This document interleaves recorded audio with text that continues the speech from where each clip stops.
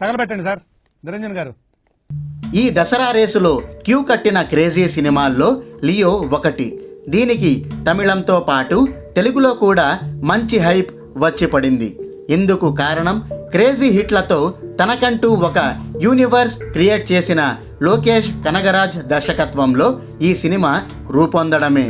విజయ్ మరియు లోకేష్ కాంబోలో ఈ సినిమా తెరకెక్కడంతో ఆకాశమే హద్దుగా దీనిపై భారీ అంచనాలు నెలకొన్నాయి. ప్రతి ఇంటర్వ్యూలో కూడా ఇది తన 200% సినిమా అని లోకేష్ చెప్తూ వస్తుండడంతో క్రమంగా దీనిపై హైప్ అనేది పెరుగుతూ వస్తోంది. ఆ హైప్కి తగినట్టుగానే ఈ సినిమా ఆకట్టుకుంటుందని సెన్సార్ బోర్డు నుంచి టాక్ బయటకు వచ్చింది. లోకేష్ మూవీ నుంచి ప్రేక్షకులు ఏదైతే కోరుకుంటారో ఆ అంశాలన్నీ ఈ సినిమాలో పుష్కలంగా ఉన్నాయని సెన్సార్ రిపోర్ట్ చెప్తోంది. అయితే అక్కడక్కడ కొన్ని విషయాలు ఆడియన్స్ని డిసప్పాయింట్ చేయొచ్చని, మిగిలిన పోర్షన్ మాత్రం మెప్పిస్తుందని అంటున్నారు.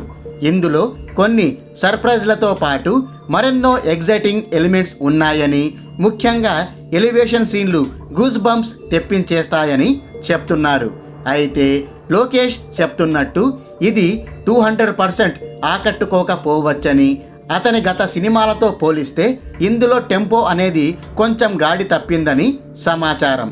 అంటే ఖైదీ, విక్రమ్ రేంజ్లో ఈ సినిమా ఉండదని, వాటితో పోలిస్తే ఇది యావరేజ్గా అనిపిస్తుందని సెన్సార్ టాక్ ప్రకారం ఈ సినిమా స్టోరీ ఏమిటంటే, విజయ్ తన ఫ్యామిలీతో కలిసి కశ్మీర్లో హ్యాపీగా లైఫ్ని లీడ్ చేస్తుంటాడు.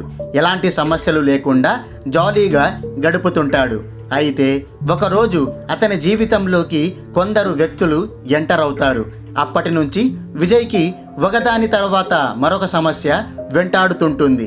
ఇంతకీ ఆ వ్యక్తులు ఎవరు, వాళ్ళ బ్యాక్గ్రౌండ్ ఏంటి, ఎందుకు వాళ్ళు విజయ్ వెంట పడుతుంటారు, వాళ్ళ నుంచి విజయ్ తన ఫ్యామిలీని ఎలా కాపాడుకుంటాడు అనేదే ఈ సినిమా స్టోరీగా తెలుస్తోంది.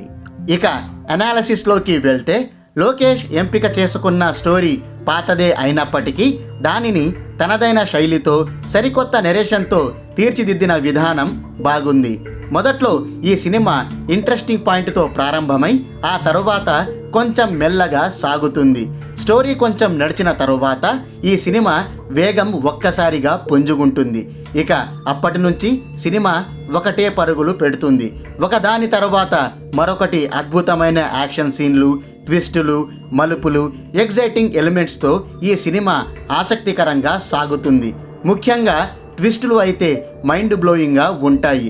ఎవ్వరు ఊహించని రీతిలో అవి మతిపోగొడతాయి. ఇక యాక్షన్ సీన్లు అయితే చాలా స్టైలిష్గా డిజైన్ చేశారు. ఎస్పెషల్లీ విజయ్ మరియు వోల్ఫ్ మధ్య ఉండే యాక్షన్ ఎపిసోడ్ నా భూతో నా భవిష్యత్తి అన్న తరహాలో ఉంటుంది. ఇండియన్ సినిమా హిస్టరీలో మునుపెన్నడూ లేని విధంగా ఈ యాక్షన్ ఎపిసోడ్ని డిజైన్ చేశారు. ఇదొక్కటే కాదు, ప్రతి యాక్షన్ ఎపిసోడ్ని కూడా చాలా డిఫరెంట్గానే ప్రజెంట్ చేశారు.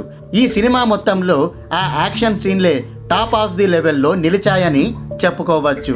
అయితే నరేషన్ కొంచెం స్లోగా ఉండడం, లోకేష్ గత సినిమాల్లో ఉండాల్సిన టెంపో ఇందులో కొంచెం మందగించడమే నిరాశకు గురి చేస్తోంది. ఓవరాల్గా మాత్రం ఈ సినిమా మరీ డిసప్పాయింటింగ్గా లేదని, అలాగని అద్భుతంగా కూడా ఉందని కాదని సెన్సార్ టాక్గా వినిపిస్తోంది. అంటే సింపుల్గా చెప్పాలంటే ఈ సినిమా యావరేజ్ అని రిపోర్టులు వస్తున్నాయి.